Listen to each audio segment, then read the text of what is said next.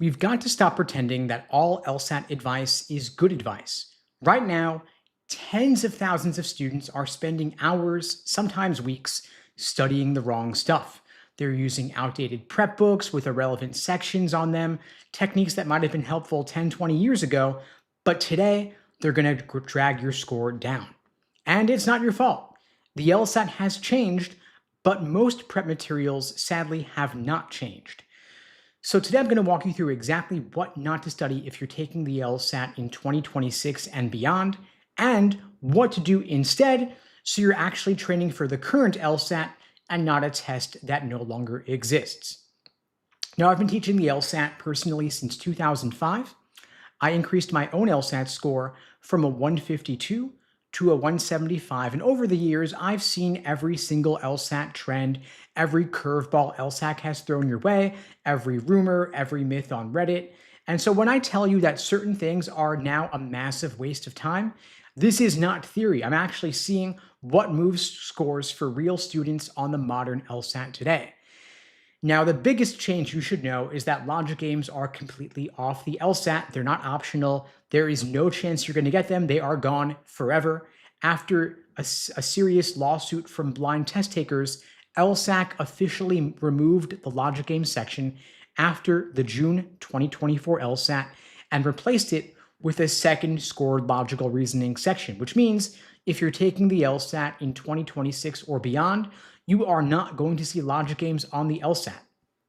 And the problem is, even though the LSAT itself changed, a lot of prep materials did not change. And so if you get a hand-me-down textbook from a friend or you get those PDFs that are floating around, they might include chapters on different types of logic games, a lot of emphasis on diagramming. And those books were written for a world where games were 25% of your score, in some cases a third of your score, but now they are 0% of your score. And so studying them is a total waste of time. Instead, you should focus on mastering logical reasoning, which is now 2/3 of your score, or fixing your approach to reading comprehension, which still, of course, matters a great deal. It's still a third of the test. And of course, practicing logic games might give you a false sense of confidence because you're getting better at diagramming, but the LSAT no longer rewards that skill. So what you want to do instead is use current LSAT materials in the modern format. There are 59 numbered exams available from lsac.org in the Law Hub Advantage platform, where LSAC rearranged all the materials into the new test day format: 2 scored logical reasoning sections, 1 scored reading comp section, and 1 unscored extra section of either logical reasoning or reading comprehension. Now, logical reasoning has changed with the removal of logic games. LSAC has incorporated more focus on formal logic, numbers and percentages, in other words, quantitative games style reasoning in the logical reasoning section. Because they can no longer test those concepts in logic games, they're now incorporating them in logical reasoning. And so any gains you make in your understanding of logical reasoning are doubled across the 2 sections, well worth your time. But you can't neglect reading comp either because it is still a third of the test. Now, most students treat logical reasoning as read the argument, find the flaw, and then move on. But that is way too shallow. It's not nearly enough. You got to know, can you ID the main conclusion? Can you separate evidence from opinion? Can you spot the hidden assumptions holding the argument together? Can you tell whether new information strengthens or weakens the argument, or whether it has no impact at all? And those are the same skills you're going to be using in law school, in business, and throughout your legal career. And the LSAT hits those concepts, those skills, over 50 different questions in logical reasoning alone. Now, a lot of tough reading comp questions are actually logical reasoning questions in disguise, asking you what's the role of the sentence, what's the author trying to do here, which choice is most similar to the reasoning in the passage. All of this has analogs in the logical reasoning section. And so when you build logical reasoning skills, you're also helping your performance in reading comp at the same time. And so if I were going to build an LSAT study plan from scratch for the new LSAT format, here's how I would approach logical reasoning. First, I would start with the high-frequency question types that show up again and again, like necessary assumption, inference, and flaw. Then I would drill 1 question type at a time. For example, 10 flaw questions in a row, 10 necessary assumption in a row, 10 inference in a row to help you see the patterns, the recurring structures when you keep the type constant. Then you want to measure your accuracy by type. You keep a spreadsheet or a notebook where you note your accuracy on flaws. For example, maybe you got 14 out of 18 correct. In necessary assumption, maybe you got 7 out of 15 correct. And so you know accuracy is lower on necessary assumption. Maybe spend a bit more time there. Then, once your foundation is solid, then and only then do you switch gears and mix them together in the context of a timed section, which is, of course, important to do because it's not enough to get the questions right. You got to get them right under test day conditions, considering timing, pacing, and endurance. A lot of the time, student scores drop from the practice to the actual, and a big part of that is from failing to properly simulate test day conditions, considering the pacing, the time management, the nerves, the anxiety. And so if you want a 170 on test day, you want your PT average to ideally be 173, 175, so that you got a buffer. In case you have a bad proctor or a tech issue, you're scoring 170 on your worst day and hopefully doing better, assuming everything goes smoothly. But you always want to build the foundation first. Accuracy, then pacing, then endurance. Most students go in reverse, then they wonder why they're stuck. Now, the thing is that logical reasoning is 2/3 of the test, but not all logical reasoning question types are created equal. Some are common and a bit easier to solve, some are rare and a bit tougher. For example, the big three again are necessary assumption, inference, and flaw. These show up constantly, so you want to invest more of your time here because these are higher yield areas. In contrast, question types like parallel reasoning and parallel flaw are tougher, and they often also show up less frequently. They're longer, they're more abstract, they're full of choices that all look vaguely correct. So if you're anywhere below a 165, it makes a lot more sense to master the common, quicker types first, then and only then transition into the tougher types. And once you're in the 165, 170 plus range, and you're pushing for a 175, then yes, of course, tackle the harder, rarer types. But early on, foundation first with those big three, necessary assumption, inference, and flaw, and get to the fancy stuff later. Now, everyone's favorite villain is reading comprehension. Most students either panic and say to themselves, I'm just bad at reading, or they overcorrect and spend way too much time brute forcing the passages. You've probably seen people reading The Economist cover to cover for practice or spending 90 minutes on a single reading comp passage, but none of that works and it usually just burns you out. Highlighting every word is a complete waste of time. Reading comp is important, and of course, improving your RC score by only 2 to 3 questions will often take more time than improving logical reasoning by the same amount, given that logical reasoning gains are doubled across the 2 sections. So your goal should be to get to a solid, stable level, then put most of your extra effort back into logical reasoning.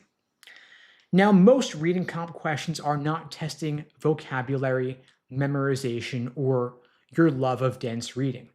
They're testing your ability to understand the structure of the passage. Every reading comp passage is built out of a few predictable elements. First, the main point. What is the author really trying to say? Then you've got tone. Is the author neutral? Are they critical, skeptical, excited, or are they cautiously optimistic? Then you want to ask yourself, what is the purpose of each paragraph? Is it background, counterargument, an example, a proposed solution? Then you also want to know, what are the relationships between the different viewpoints and opinions being expressed? Are they covering competing theories? Is one view refining another? Are they agreeing or are they disagreeing? If you can answer those few things, you then don't need to memorize every name, date, or example. You've just got to have a mental map of the passage. And that's going to make the questions so much easier. Now, here is a simple reading comp system I recommend. First step is to read once actively. You're not skimming, you're not obsessing. On your first read, you just focus on the structure. You want to ask yourself, what is this about? What is the author trying to do? Then after you read each paragraph, you summarize in just 5 to 7 words. You summarize the introduction of the problem and the context, the historical background, the author's critique of the old view, and their new proposal and the implications of that proposal. This is basically a quick outline. Then you're answering the questions in a very specific order, from global to local to inferential. You want to start off with the global questions first: main idea, primary purpose, the tone, the overall attitude. Then you get into the local questions with details, paragraph functions and line references, supporting examples. Then the inferential and analogy type questions that ask you to read between the lines or match the patterns. Then you reread, but only with a purpose. You're not going to reread the entire passage every single time you feel unsure. First, you try the question using your mental map. Then, if you go back targeted to a specific paragraph, a specific line range, and a specific idea. You also want to keep a mistake log for reading comprehension as well, just like you do in logical reasoning. Every single time you miss a passage, you ask yourself, did I misread it? Did I misunderstand the question? Did I fall for a classic trap answer like it was too strong, out of scope? Was it half right but also half wrong? Whatever the mistake was, you want to write it down, because over time, you're going to see the patterns in how you're missing the questions, not just which ones you're missing. Now, one of the biggest mistakes I see is when students burn through valuable limited practice tests. There are only so many relevant practice tests in the new format. When LSAC removed the logic games section back in June of 2024, they cut out basically a quarter of all practice material. So we went from having 90-ish exams to having only now 59 numbered exams. So a lot of the older material became outdated or irrelevant, and when they remixed them, it reduced the number of practice tests. And so the pool of truly relevant modern format LSATs is smaller than most people realize. And so taking 2, 3, 4 exams a week is probably not the move for the vast majority of people, I'm sad to say. You want to do fewer exams and review those in more depth. So you want to do the practice tests only after you have fixed your weaknesses, built up your accuracy, and learned how to review properly. When you redo an exam, your score will automatically be inflated. In other words, your memory will contaminate the results even if you don't want it to. So treat your practice tests like gold. You spend it carefully, and then you hope the payoff is going to be worth it, and you take them when you expect the payoff will, in fact, be worth it. And the reason for practice tests is not to burn through material to test yourself. It's to learn from your mistakes. You want to assess yourself. The practice tests tell you what's working in your prep, what is broken in your prep, where your timing is shaky when it falls apart, and whether your endurance is going to hold up. Practice tests by themselves will not magically fix the root causes of your issues. The learning is going to happen when you drill questions, when you review in depth, when you engage in pattern recognition, and you slow down to learn from your mistakes. In other words, a single 35-minute section followed by 2 hours of review is more valuable than a 4-hour full exam with zero reflection. So if I were going to recommend how and when to use practice tests, I would say first phase is building the foundation. You drill questions by type, you do individual timed sections, and focus more on logical reasoning since it is 2/3 of the test. Then the next phase, you integrate more sections, ideally doing 2 of them back to back occasionally to build up your endurance. And you keep drilling your weak areas on the side. Then finally, phase 3, you're doing full-length timed exams, 1 or 2 a week, maybe 3 in a week only if you're taking full exams and studying full-time for the LSAT, no other obligations, you're not working, you're not in school. You are simulating real test conditions with the timing, the breaks, the testing environment, but you always want to spend more time reviewing the exam than you do taking it. And for every question you get wrong, you use the Socratic review method. You're not just checking the answer key. You're asking yourself, what type of question was it? What answer did I pick and why did I pick it? Why is that choice wrong? Why is the right answer actually correct? What trap did I fall for? Was it too strong? Was it out of scope? Did I misread the conclusion? If you're taking full tests but not reviewing them properly, you're not really studying. Now, a lot of students will take a cold diagnostic just to see where they're at before diving in, but that is oftentimes discouraging. especially if your score is, say, a 140-ish or so. A cold diagnostic with zero studying just tells you what you already know, which is that you have not yet learned the language of the LSAT, but of course you can with time. So if you want to take one to use it as a benchmark to later measure your future progress, that's fine. But don't take it as an indication of your abilities, your potential, your self-worth, your intelligence. It is none of those things. The LSAT is a test of how much you studied for it. Simple as that. And a cold diagnostic is only a benchmark of how much further you have to go. It could serve as motivation, but leave it at that. But otherwise, it will destroy your confidence and it'll waste a perfectly good practice test. So if you want to do one of them, that's fine, but leave it at that. The LSAT is testing a very specific way of thinking under serious timed pressure. It just tells you you haven't studied yet, you haven't learned the patterns yet, you don't know the strategies yet, but you can, of course, learn them over time.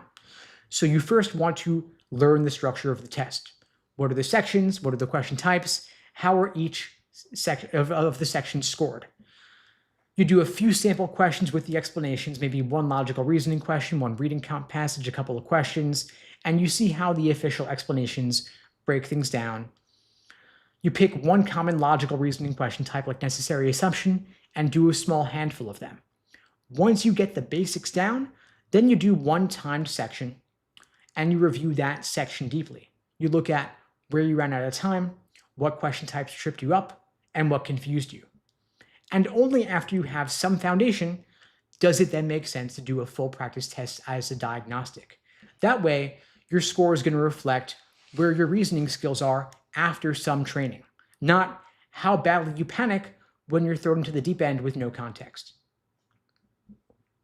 So when you're looking for a top score, remember that top scorers do not study like everybody else. They use up-to-date practice materials in the modern format. They treat logical reasoning with more emphasis than reading comp because it's 2/3 of the test. They take practice tests only after building a strong foundation. And they bring reading comp to a solid, efficient level, and then they move on. They also treat practice tests like scarce resources to be saved only when useful, not as infinite practice worksheets or drills. Most importantly, top scorers understand that the LSAT is beatable not by doing more, but by thinking differently. You don't need to outgrind everybody, you just got to outfocus them. So study the parts of the test that still exist, use materials that match the updated current LSAT format, and invest the majority of your time where the majority of your score now comes from. Now, I'm happy to take your questions on anything at all, LSAT, law school admissions. I see a ton of questions that came in here in the chat. I will get to as many as I can. If you're looking for more support, I'm offering free LSAT tutoring lessons to everybody out there watching this now or later. The link is unpluggedprep.com/start. Link below the video on YouTube, pinned in the chat on YouTube, and in my bio on TikTok as well. Happy to get to all your questions as much as I can now and later as well. I see a bunch coming in here. Ryumi's asking, do you also have advice prepping for admissions, and what should we keep in mind along with the LSAT? So the first thing I'll say is that the LSAT logical reasoning section is the LSAT score portions are more important than anything admissions-wise. So in other words, I want you to master the LSAT before you get into anything with application essays, your personal statement, diversity statement, optional essays, and addenda. The only thing I would think about now are the letters of recommendation, because that is the one area you are relying on someone else's input for them to get something done for you. And so if you're applying this cycle or even next cycle, you could request your letters now, but then switch gears, get back to the LSAT scored portions. And then once you have secured your score, then you start working on the application essays. Is that making sense? In other words, the admissions process is LSAT first and foremost, then GPA, then everything else as a distant third. So I'd rather that you have a point or two more on the LSAT than have marginally stronger application essays. Of course, ideally you'll have everything be on point. And if you're applying in the next month or two, if you're taking the LSAT in say January or February, you've still got time to both master the LSAT and get strong essays together. you're also going to have a gap of approximately 2 to 3 weeks between taking the LSAT and getting your scores back. And so during those 2 to 3 weeks, you could spend time on your essays. The January LSAT is approximately January 8th or so, depending on which day you take it. Scores come back January 28th. So that's 20 days to work on your essays. The February LSAT, same deal. You take it early February, your score comes back late February. Again, you got roughly 3 weeks to work on your essays. If, as a break from the LSAT, you want to spend a bit of time working on your essays as a way to spread your time around and not get burned out on LSAT only, of course you could. As for the question, how important are recommendations? Definitely small compared to the LSAT. But again, no reason you can't have strong recs as well. Cultivate relationships with your professors and your employers. Go to office hours if you're still in college. Raise your hand in class. Be that guy or that girl. It will have an impact on your grades. When you're engaged, when you make the professor feel like you did the reading and you actually care about the topic, they will give you a boost. They will read your essays more generously. They've got a lot of wiggle room, especially if it's humanities, to give you a higher GPA, to give you higher grades. And grade inflation is ridiculous right now. The T14 law schools all have GPA medians of 3.8, 3.9. The ABA 509 reports just came out a couple days ago, and GPA medians are up. LSAT medians are also up, and they're going to continue to rise. Grade inflation is going to keep inflating. LSAT score inflation that's also going to keep inflating. It's not going backwards. And so when you're aiming for a target law school, you want to be above the medians for both LSAT and GPA. If you're below on the LSAT, you want to be higher on the GPA. Problem is, your GPA is already probably pretty fixed because you're probably already near the end of college if you haven't already graduated. And so you want to balance out what might be a lower GPA with a higher LSAT score. The LSAT you can move. You can move it up significantly. It's kind of ridiculous how a single day, a couple hours, 2.5 hours to sit for the LSAT could weigh more heavily than all of undergrad combined, but that's just how it is. The LSAT is considered an objective metric, an equalizer, because different applicants majored in different subjects, went to different colleges, had different professors. Grades will vary wildly, but your LSAT is a relative constant. So if you have limited time, as everybody in the world does, we all got only 24 hours in a day, the number one thing you can do to improve your odds of getting into a better law school, getting more scholarship money, is to get a higher LSAT score. And so yes, cultivate your recommenders, work on your essays, brainstorm them, revise, edit them, get feedback from other people. And if you're already out of college, get more letters from employers, supervisors, community leaders. Anywhere that you volunteer, you get a letter there also. If you're several years out of school, law schools will understand that. But number one thing you could do right now, get a higher LSAT score. And the LSAT's offered 8 times a year. January, February, April, June are the next 4 coming up. You could take any of those 4. You could take all 4 of those if you wanted to. I'm not saying you should, but you could. And so if you're feeling like you're not going to be ready by January, you could push it back to February and still apply to law school this cycle. It's not too late. Just going to scan through the chat here for more questions that are coming in. User 6774 is asking, is there an age limit or age that is not recommended to bother to go to law school? No, I wouldn't think there's any particular age limit or any age that's not recommended. A lot of relatively older applicants have some concern around being older. Law schools will not look at it as a negative. In fact, law schools love so-called non-traditional applicants because they bring more life experience, more work experience to the table. They're clearly not going to law school on a whim, unlike some of the KJDs who clearly are. And so law schools will not penalize you for being older. In fact, it could be a benefit. And the cool thing about being older is that if your GPA from college wasn't that great, law schools will discount it heavily because they're going to know that who you were back then is not who you are today. If 5, 10, 15, 20 years or more have passed from undergrad, they're going to take the GPA with a grain of salt. I mean, my undergrad GPA was roughly a 3.3 or so. I didn't take college as seriously as I could have. And so for me, the LSAT was a big way to boost my odds of getting in.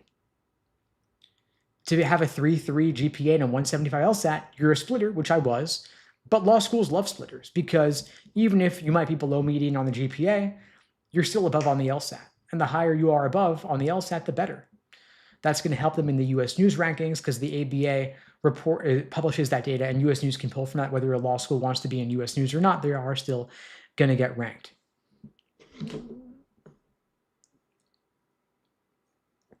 Got a question here from Fo839.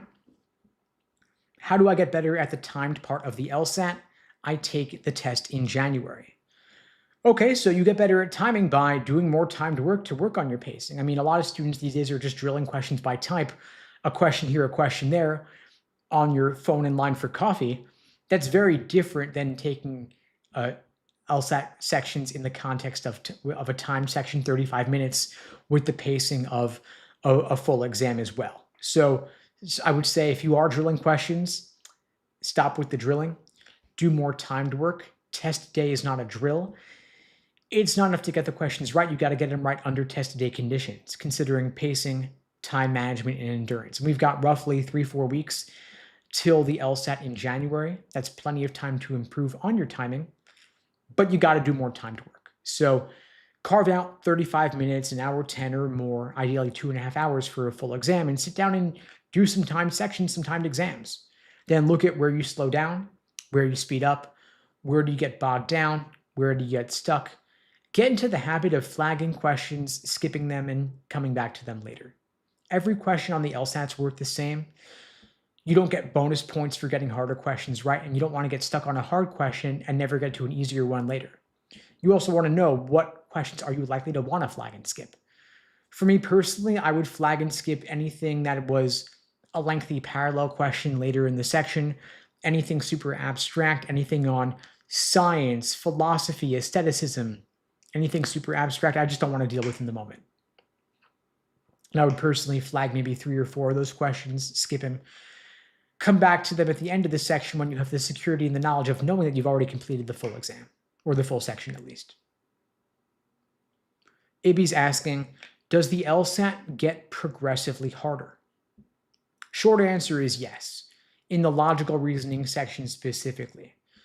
So the first 10 questions are going to be easier than the harder ones that come later. So the first 10 questions as a benchmark, I would typically recommend you try to solve those 10 in roughly 10 minutes, build up a time bank that you can then apply to the tougher questions later in the section that truly need it. But on those first 10 questions, don't second guess yourself. Go with your gut. If it seems easy, it probably is. And by the way, folks, I run these free live stream classes and Q&As every single weekday, same time, same place, 2 p.m. Eastern, 1 Central, 11 Pacific, on here, same place, the LSAT Unplugged YouTube channel, as well as the Instagram as well and TikTok. If you find these helpful, please spread the word about them. The only way this grows is through word of mouth. I don't do any advertising for these, and the algorithm doesn't really boost lives because they can't run ads during them. And so if you could share this on your socials, it would mean the world to me. Give a follow, a like, a subscribe. It all makes a big difference and helps out. I'll be back same time, same place tomorrow, and I'm going to keep going for now. Of course, just wanted to let you all know. I wasn't here yesterday. If any of you showed up yesterday, I apologize. I was taking a flight, and it was canceled and postponed a day due to some snow. It's funny, just a few inches of snow, they canceled a ton of flights coming out of JFK in New York, and so I wasn't able to be back when I thought I would, and so I tried to post online, but I don't know if everybody saw it. So I'm back today. I'll be back every day this week, and hopefully for the foreseeable future, assuming no other travel issues or internet connections or anything like that. Bree's asking, what prep books do you recommend? I actually don't really recommend studying for the LSAT out of books just because the LSAT's online now. And it's been through so many changes in recent years that a lot of the prep books out there are out of date. I think it's better to practice the same way you're going to play. So through the LSAC online platform Law Hub, that's the best place to practice for the official LSAT. It's got all the exams up to date with the new format, which is 2 scored logical reasoning sections, 1 scored reading comprehension section, and 1 unscored extra section of either logical reasoning or reading comprehension. If you're using old prep books or old PDFs, they might include logic games. They might include fake, flawed LSAT questions. Khan Academy is no longer up to date. LSAC stopped using it entirely. So I would recommend Law Hub Advantage. It's $120 for a full year of access, and they're not paying me to promote it, although I kind of wish they were, given how much business I've given them over the years. And if, of course, if you're looking for more support, at LSAT Unplugged, we offer live online classes via Zoom, on-demand video courses, small group coaching, and one-on-one coaching as well.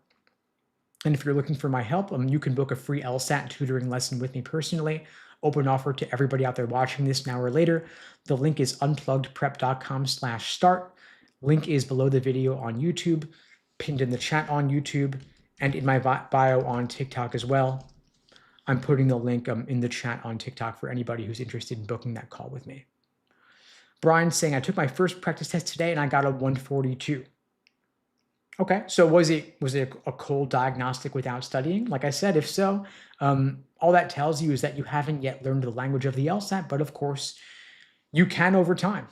Just take it with a big grain of salt and take it as an indication of how much more you have to do, but you can learn over time. So in that link, unpluggedprep.com/start for anybody who's interested in booking that free tutoring lesson.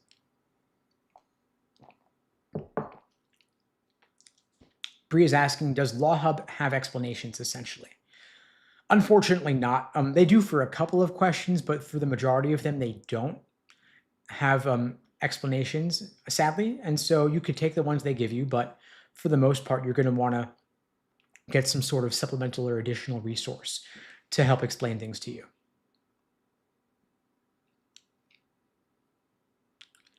Just scanning through here for more questions that might be coming in. Feel free to keep them coming. Gilbert says, I got the same score my first 2 tries. What should I do now to improve my score? What should I focus on specifically? Okay, so if you got the same score the first 2 times, it means that what you were doing between times 1 and 2 wasn't really that effective, right? I mean, you could have just done nothing and got the same score hypothetically, right? So we got to change the variables to change the equation. So is there some resource, some kind of support, some guidance you could have gotten before that you didn't get and now might be available to you and you could take advantage of that support to help you improve your score? Are you targeting your weak areas? Are you analyzing your mistakes? Are you changing up your approach? Are you experimenting? Some folks will take test after test, measure their results, be happy or sad about those results, and then move on to the next. And they're just doing the same thing all over again. It's like beating your head against the wall. It's ineffective. So you might want to try doing something differently next time around to actually make sure that you're getting the return on the time that you're investing here. Some students, again, do nothing but take full exams. Some students do nothing but drilling. And the answer is going to be somewhere in the middle, right? So drilling has its place. Full exams also have their place. Each one's got its unique benefits, right? So I recommend drilling first, then working on individual sections to work on pacing, then full exams to build your endurance. So drilling, then pacing, then endurance, broadly speaking, would be like the 3 different ways a lot of students like to study. And they all have their value at different times, but you've got to use them strategically at certain points depending on what you need. In other words, have a structured, proper plan of attack rather than studying randomly based on whatever materials you happen to have available to you at the time. In other words, just because your friend gave you some textbook doesn't mean it's worth spending 50 hours on that textbook to save $10, $20 on a book. Maybe you should value your time a bit more than the cost of a single textbook or a resource, because the LSAT score could save you tens of thousands of dollars in tuition, maybe even more than that, maybe hundreds of thousands. I mean, if you got a full ride to law school, that could save you $200,000. And on top of that, if your stats are strong enough, you could actually get a stipend to go to law school on top of getting a full ride. In other words, you get paid to go to law school rather than paying to go to law school just from getting a higher LSAT score. So getting a higher LSAT score, getting a few more points could be the easiest money you'll ever make. And Tarumi's question here asking, what's the score you need for that? It's all relative based on the schools you're looking at. There is no one hypothetical law school requirement out there. There are approximately 200 different ABA-approved law schools. Each one has its own unique stats and requirements. If you want a T14 law school, specifically meaning the top 14 or the so-called, essentially the Ivy League of law schools like Harvard, Yale, Stanford, Columbia, Cornell, NYU, their stats would be GPA medians all roughly 3.8 to 3.9, LSAT medians all 170 to 174 or so. And so if you got a 175, you would be above the stats on the LSAT medians for the most part. You also ideally want to be above the stats on the GPA as well to maximize your odds. The lower the GPA you have, the higher the LSAT you have. And so for me, because I have a 3.3 GPA roughly, I would definitely want to have a 175 plus to maximize my odds of a T14 law school. If I'd had a 3.9 GPA, maybe a 173 would have been enough. But if your GPA is low, if you goofed off in college or had personal issues, family emergency, you had to work during that time, then you can write an addendum to explain the low GPA, and law schools will see that and appreciate it. But ultimately, numbers are numbers. You want to have a higher LSAT score to compensate. As simple as that. And by the way, if you're thinking that you could get in with a GRE score, the number of applicants who got in with a GRE actually dropped from last year to this year pretty significantly. Only like 100 or so people got in with GREs out of, I don't know, 50,000, 60,000 law school students or applicants. And so like it's a drop in the bucket. It's insignificant. The LSAT's the big game in town. And for those asking me to repeat things here, if you're missing something, it's all on the YouTube channel. This video right now the recording is going to be on the LSAT Unplugged YouTube channel. If you go through the link in my bio on TikTok or Instagram, you're going to see the YouTube channel linked there. And this recording is available later if anybody wants to rewatch it.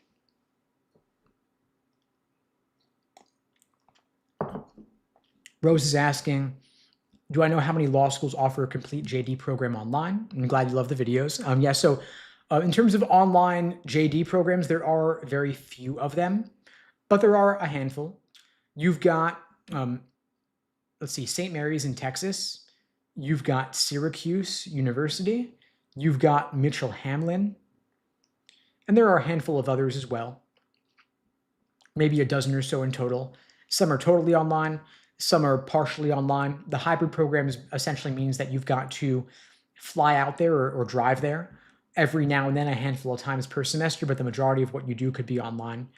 Those programs are fairly competitive, by the way, because there is an undersupply of online programs relative to the number of people who want to attend one. And so the stats you need for those are higher than you would need for the same in-person version of the law school. So if you look up the St. Mary's ABA 509 report and you look at their GPA and LSAT median, you're going to want higher numbers for their online program specifically.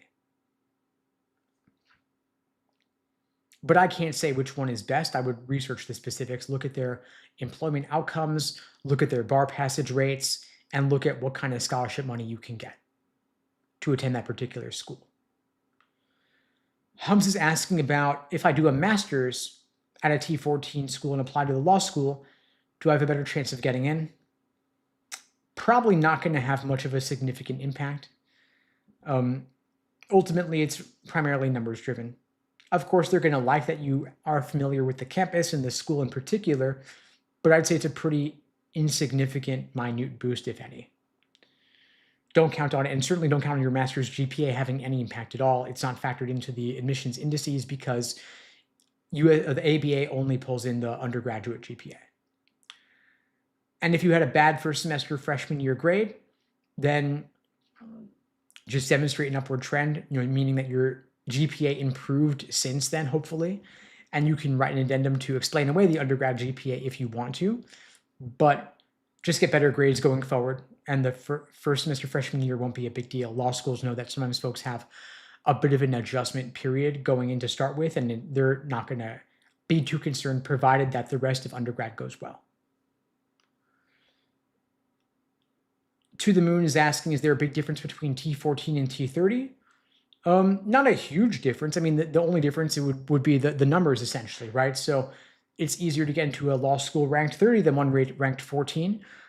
LSAT and GPA medians are a little bit lower, meaning it's a bit easier to get in. And so it could be that you want to end up you might want to choose a school ranked 30 over a school ranked 14 if they give you more scholarship money. It's often better to go to a lower ranked school and get more scholarship money than a higher ranked school with less scholarship money because you avoid taking on the debt. Employment outcomes could be just as good, and you have more freedom to choose the kind of work you truly want to do upon graduating.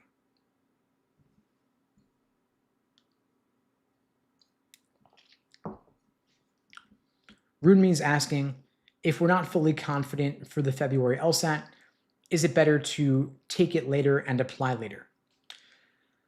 I would say that for the January LSAT. So if you're planning on taking the LSAT in January, you're not ready in time, you want to push back to February, then it's okay to go to take it in February and apply this cycle. But February is the absolute latest I would recommend taking the LSAT and applying this cycle, meaning if you're studying for the February test and you're not going to be ready in time, you could push back to April or June. But in that case, I would recommend holding off on applying this cycle and applying very early next cycle as well. That would be the case for any top tier law school. If you're looking for a lower ranked regional law school that is not quite as prestigious, and you really want to start law school in roughly 8 months from now, you could take it in April or June.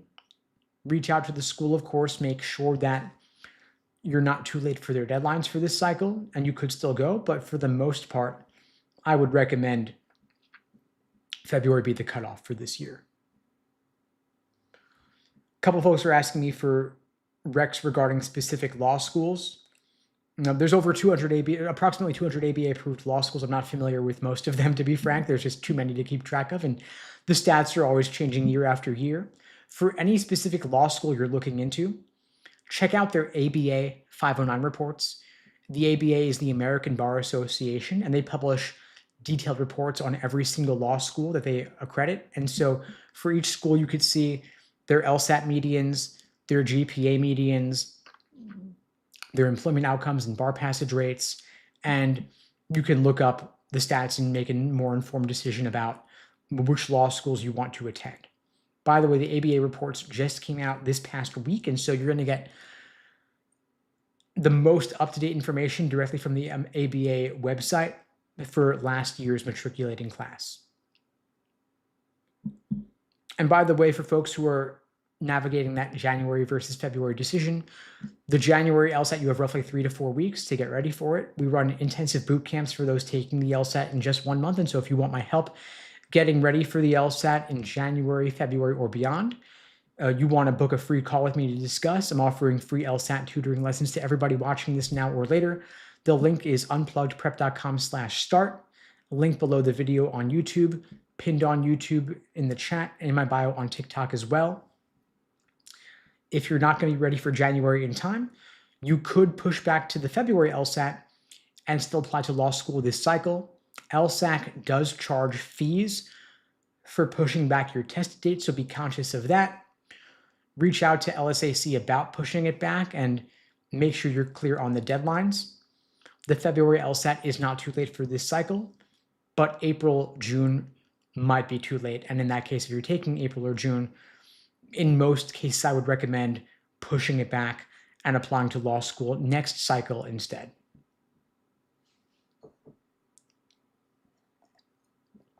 Alec is asking, what's the minimum LSAT target score I would recommend for a quality outcome? In my personal opinion, any law school worth going to, you want to score a 160, if not a 165. And I recognize that might sound elitist, but I don't care. It's what I think. The reason is that any higher ranked law school is going to require at least a 160, 165.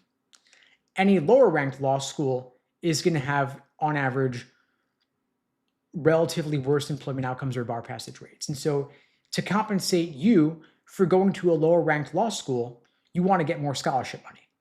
And the way that you get more scholarship money is by getting a higher LSAT score. So either way, you want to have a higher score, either for going to better law schools or getting more scholarship money, possibly both. And it's a lot easier to get a higher LSAT score than it is to raise your GPA radically in a couple of months. And so the shortest and simplest path to getting better outcomes for law school admissions is getting a higher LSAT score, which is why I'm going to say, let's get you a higher LSAT score. And the difference between a 160, 165, or getting a 5-10 point increase in a short period of time will come down to a number of different factors. It could be that you increase your understanding of a particular question type. If there's a gap in your understanding, if there's low-hanging fruit, we start there. So we typically like to run a diagnostic on your student when they come into the program to see what are the misconceptions they might be under. For example, are they confused about a certain LSAT question type?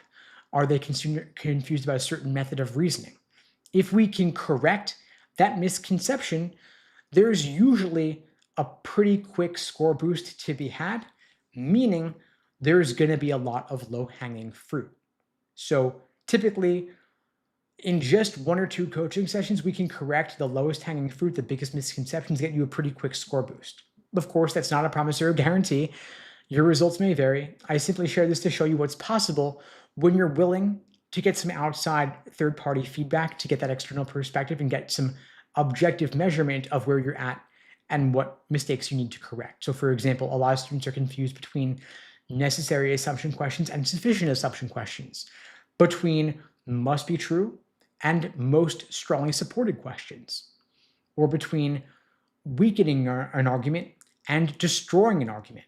These are all small distinctions that the LSAT is meant to measure. That's why it exists. If you say, it's a small thing that I misread, I'll get it next time. The thing is, it's all about the small differences and the distinctions. That's what the LSAT's testing, because you are a future lawyer. And they want to see, are you going to be able to protect your client when there is tricky language in a contract? It's small details, but if you miss them, could cost your client millions of dollars, depending on who your client is. And so we've got to make sure that you have that eagle eye for details. And so to get your score up 5-10 points, it's going to come down to correcting your approach on just a couple of common question types in many cases. In other cases, it might be that you've been neglecting a certain kind of prep. Maybe you've been neglecting drilling questions by type to better understand the proper perspective from which to view a particular section, a particular question type. It could be that you've been neglecting timing management and pacing. It could be you've been neglecting taking full-length timed exams to build up your endurance.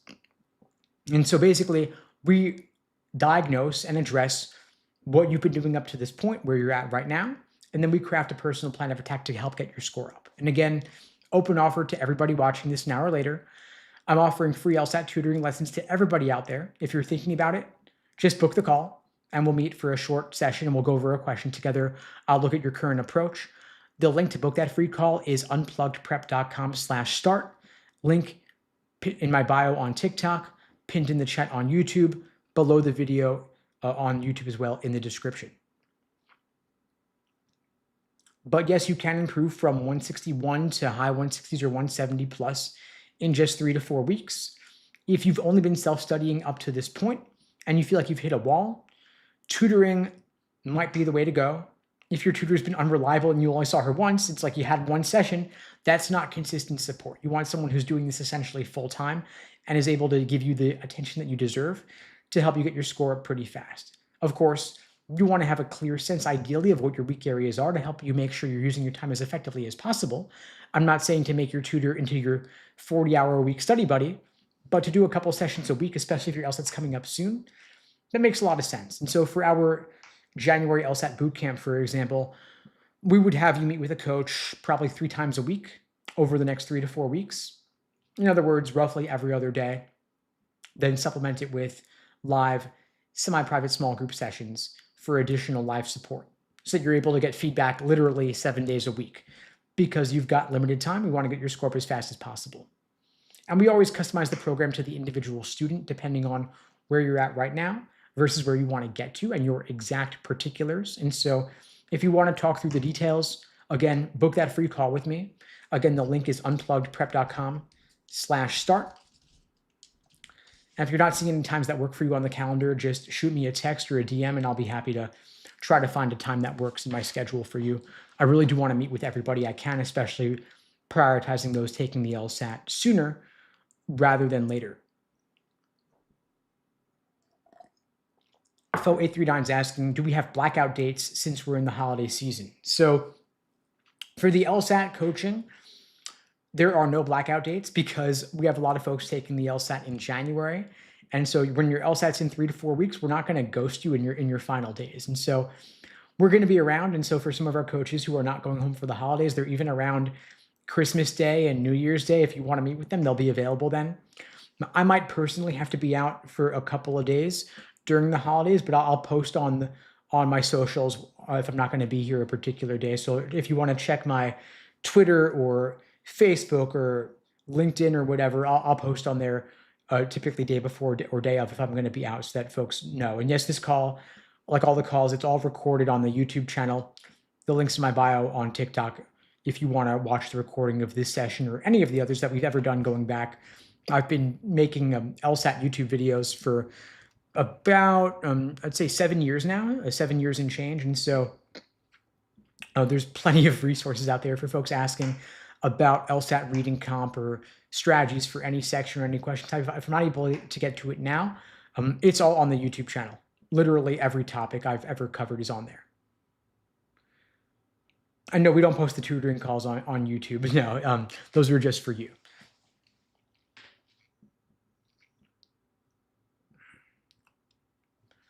I'm just scanning here through the other questions in the chat. Carl's asking, is tutoring really necessary for preparing for the LSAT? And so I'm not going to say that any particular type of prep is absolutely necessary. My roommate in college, he got a 170 something cold with no studying, but he was a genius and I hated him for it. It took me an entire year to master the LSAT for reference, and at least half of that was a total waste of time. So there are people who don't need tutoring to study for the LSAT. Even there are plenty of people who just self-study and get great scores. It's possible. But if you feel like it could pave the way to make it easier for you to get a top score, if you feel like it could help you score higher than you would have otherwise or get it done on a shorter time frame, then I would definitely recommend seeking out the support. And we offer one-on-one tutoring, but we also offer small group sessions if you like to study in a small group. We also have on-demand video courses. And so if you're not sure which type of support is best for you, again, I'm happy to meet with you personally and talk you through your situation. Part of it also depends on when you're taking the LSAT and what your goals are. So if you have an entire year to study and you're not looking to improve that much, maybe you just want to self-study on your own. If you're taking it in just a month or two and you want to improve 20, 30 points, maybe getting some more support is going to make it more likely that you achieve a bigger goal in a shorter time frame. And so it really just depends on what your goals are and what your time frame is. And so I have posted some tutoring sessions on the YouTube channel for folks who wanted to get a sense of what it's like to work with me, but those sessions are all posted with the knowledge and consent of the students who are featured there. But if you're in one of our coaching programs and you're just doing private sessions, then no, that's not going to get posted. Let's see, Mr. Nice Guy's asking, am I a lawyer and where did I go to law school? And so, no, I'm actually not a lawyer. Funny enough, I was considering law school, of course, because no one does the LSAT for fun, or very few people do at least. I was considering law school, which is why I studied for the LSAT and took it, and ultimately I got my 175. But as I started preparing my law school applications, a lot of my friends were asking me for help with their LSATs as well, because I majored in poli-sci, my friends majored in poli-sci, and so I started helping them out with LSAT questions. They would meet up with me for dinner. They'd buy me dinner. We'd go over some LSAT questions together. And then it started spreading from there where friends of friends were asking for help. And so it kind of just snowballed. And so here I am 20 years later, still teaching the LSAT. And so I would love to go to law school. I think it'd be interesting, but I'm too busy with my LSAT stuff now to be able to do both that and law school. And so I don't see myself going anytime soon, maybe one day for a second career, but I'm living vicariously through all of you, hearing all your stories about what it's like being in law school. I hear it's hard. I hear it's a lot of work. And so in a way, the LSAT studying is a good preparation for what law school is going to be like. getting you ready for the navigating the difficult, dense text that you're going to be experiencing in law school. But in a way, like studying for the LSAT preparation is kind of like law school preparation. It's pretty well related, I would say. I'm just scanning through the chat here for other questions coming in.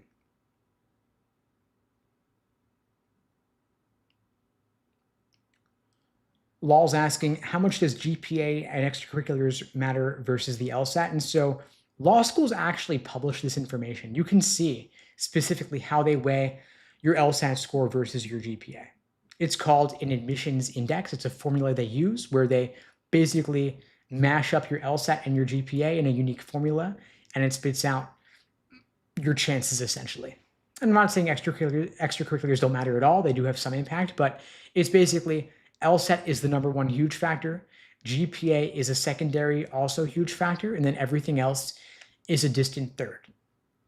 So your application essays, your resume, your letters of recommendation, your extracurriculars, they all play some role.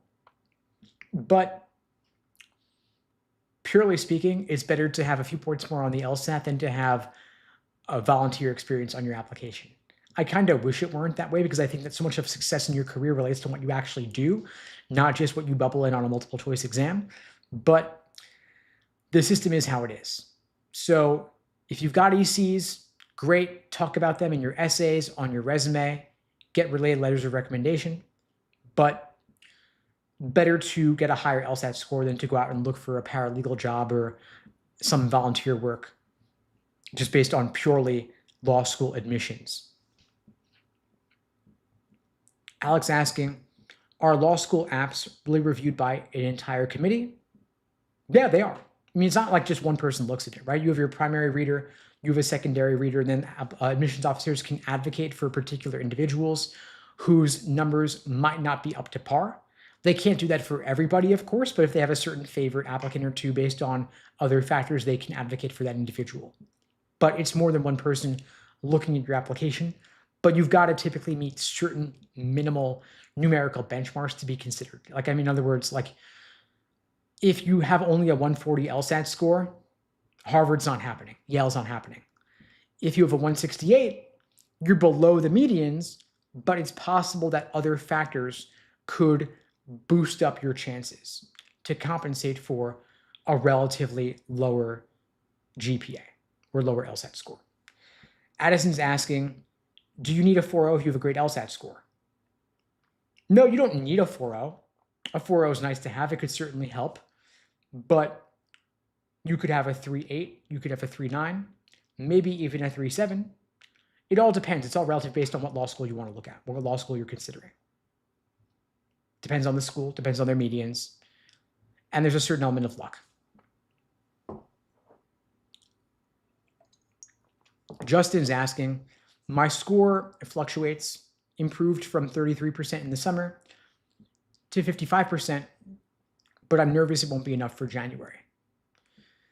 So, I mean, Justin, the fact that you're talking about practicing drill sets and you're talking in percentages tells me that maybe you're not doing enough full-length exams. If you were doing full-length exams, I would expect that you'd be talking about a score out of 180, right? So we've got less than a month, and you probably haven't done a ton of full exams yet. Fluctuations are normal, but fluctuations on drill sets or sections are somewhat disconnected from practice test scores. So I would strongly encourage you, without having additional context here, I know this is only a single comment that you left, I would recommend, based on what I'm assuming here, that you should be taking a lot more full exams, reviewing your mistakes in depth, and it might be that you're going to need more than just a couple of weeks to get your score up to your goal.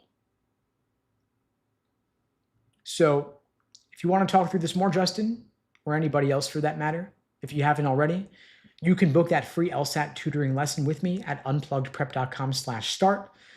Again, the link below the video on YouTube, pinned in the chat on YouTube, in my bio on TikTok as well. I'm happy to help you out and talk you through your particular situation. See, Alex asking, would I take a full ride to BU Law or pay full sticker to Harvard? depends on what you want to do with your career and how much money you have in the bank, your willingness to take on loans, right? So if you want to work in big law, you want to work in academia, Harvard might be a better path. If you want to work regionally at maybe a smaller firm outside big law, then maybe the full ride to BU makes more sense. I mean, if you look at who's on the Supreme Court, who's gotten to high political office, they typically have Harvard or Yale on their diplomas, not BU. If you want to work in the vast majority of legal jobs outside of the elite, then maybe full ride at BU law makes more sense. But again, depends on your personal willingness to take on debt and what your employment goals are upon graduation. All right, folks, well, it's been a blast. I'm going to sign off for now. We'll be back tomorrow, same time, same place, 2 p.m. Eastern, 1 Central, 11 Pacific. If you found this helpful, please spread the word. The only way this grows is through word of mouth. I don't do any advertising for these lives. I really rely on your support, spreading the word. So please share the link on your socials. I'll be back tomorrow, same time, same place. I'll see you all then. Thanks for joining.